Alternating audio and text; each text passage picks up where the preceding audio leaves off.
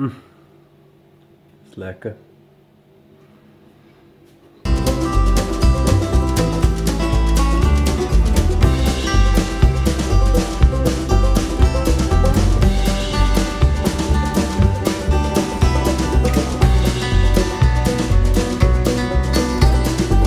Well, good day all and welcome to the South African lawn.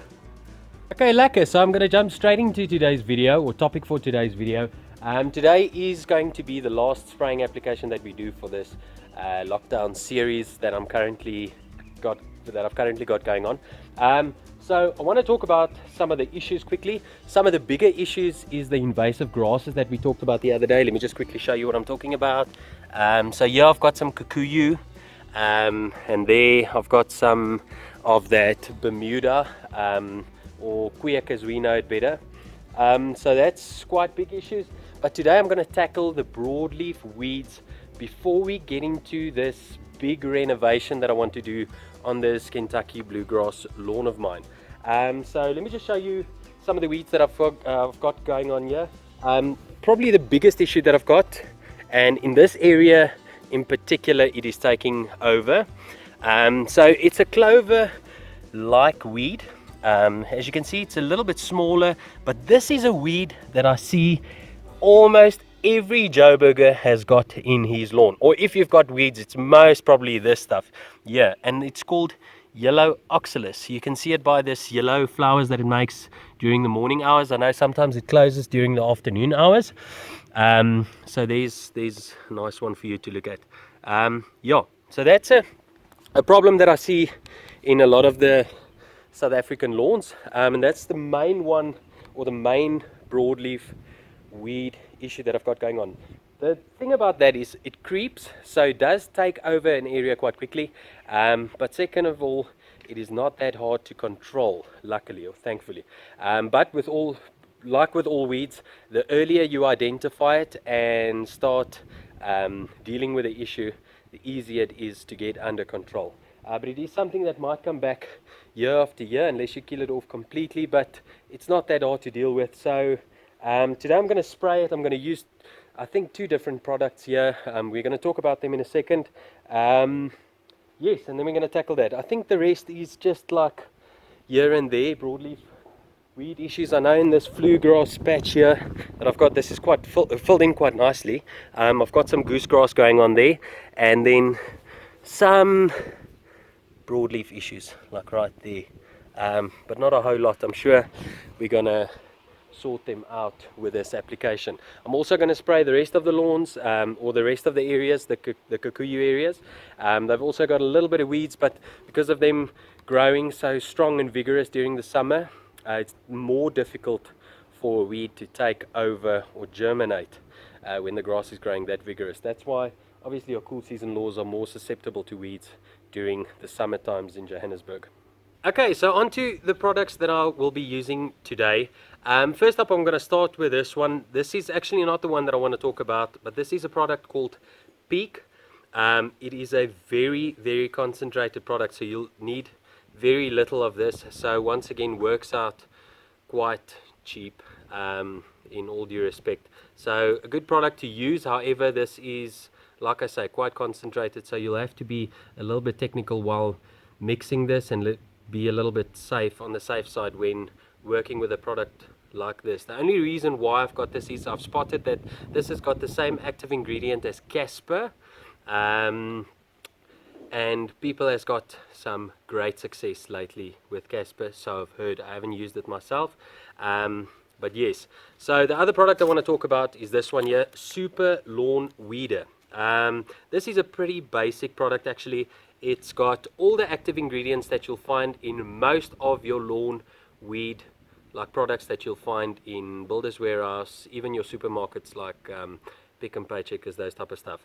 The only difference is it's got 3 active ingredients, whereas in most of those products you've only got 1 active ingredient. But in most of those products you'll find one of these 3, and this is dicamba, 2,4-D and MCPA.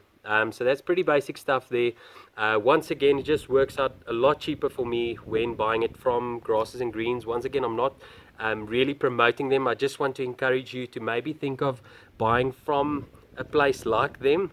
investing a little bit like in a 1 litre bottle, I promise you this will last you more than a season if you've got a standard size lawn or like a homeowner lawn. This is like a lot of chemical, and this is quite one of the safer products to use on your lawn. So this is quite a nice one to use. I actually want to focus a little bit more on this.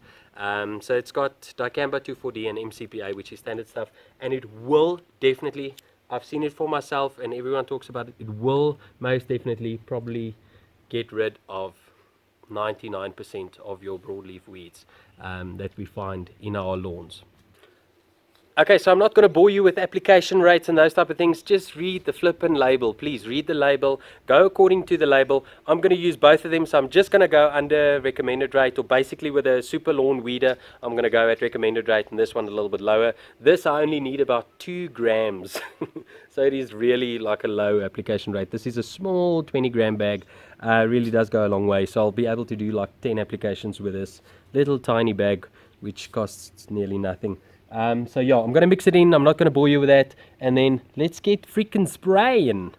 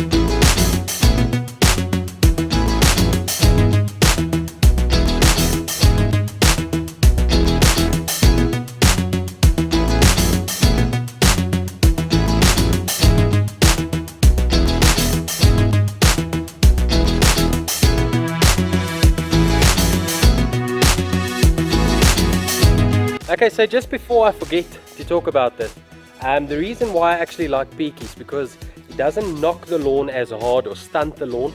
So a lot of the cases when you follow like recommended rates, you won't get yellowing of the grass blades, but it does happen because those potassium salts or MPCA, dicamba 2,4-D, those things does knock your grass a little bit. That's why you can't go too crazy.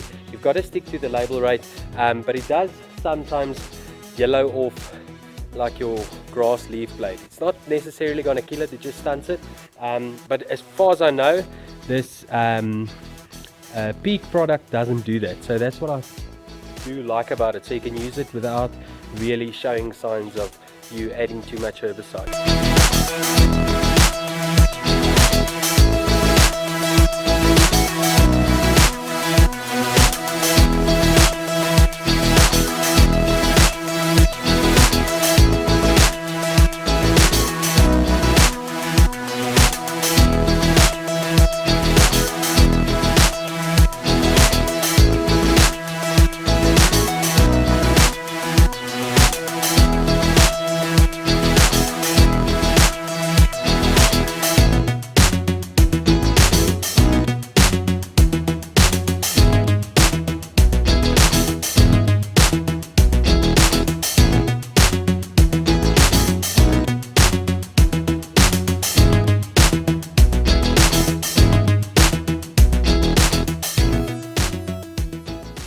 Okay, lekker. So that's going to wrap up the application of this 2 different herbicides. Obviously that's 2,4-D, dicamba, MCPA, and in the Peak product it's prosulfuron.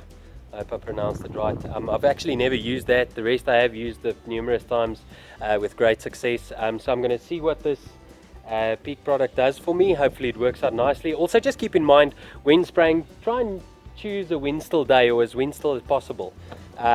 Because this product, obviously the mist spray off is not good for the environment, and also it could kill off some of your flowers that you don't want to kill, or plants or whatever.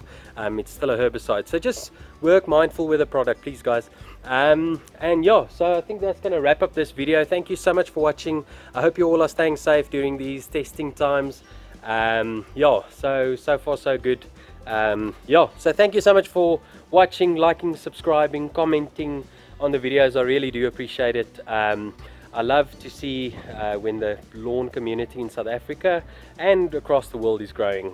So that's great for me. Thank you so much for supporting me. I hope you enjoyed this video, and I'll see you in the next one. Cheers for now. Bye bye.